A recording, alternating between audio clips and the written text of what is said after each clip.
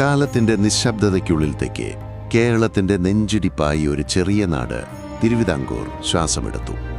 മഞ്ഞുമൂടിയ പുലരികളിലും ദേവസാന്നിധ്യം നിറഞ്ഞ സന്ധ്യകളിലും പത്മനാഭസ്വാമി ക്ഷേത്രം ആ മണ്ണിന്റെ ആത്മാവായി നിലകൊണ്ടിരുന്നു. അവിടെ നിന്നാണ് ഒരു രാജാവിന്റെ ഉദയം, മാർത്താണ്ഡവർമ്മ. ശക്തിയേക്കാൾ അധികം ദൂരദർശനമുള്ളവൻ, വിജയത്തേക്കാൾ മുൻപിൽ ധർമ്മത്തെ കണ്ടവൻ. നാട് വിഭജിതമായിരുന്നു. ചെറുരാജാക്കന്മാരുടെ അധികാരലോഭം ജനതയുടെ സമാധാനം കവർന്നിരുന്നു.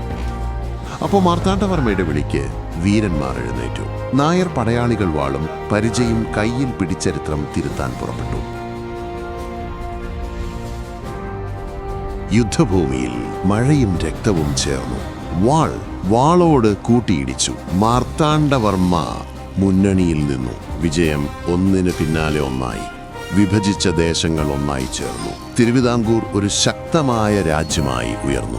എന്നാൽ വിജയത്തിന്റെ ശിഖരത്തിൽ രാജാവ് നിശ്ചലനായി. ഇതെന്റെ വിജയം തന്നെയോ എന്ന ചോദ്യം അവന്റെ മനസ്സിൽ മുഴങ്ങി. അവൻ തിരിഞ്ഞു നിന്നത് രാജധാനിയിലേക്കല്ല, ദേവാലയത്തിലേക്കാണ്. പത്മനാഭസ്വാമിയുടെ സന്നിധിയിലേക്ക്. ദീപങ്ങൾ തെളിഞ്ഞ ക്ഷേത്ര നടപ്പാതയിലൂടെ പാദരക്ഷകളില്ലാതെ അവൻ നടന്നു.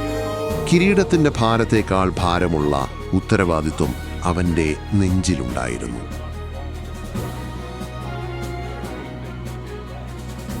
സന്നിധിയിൽ മാർത്താണ്ഡവർമ്മ മുട്ടുകുത്തി.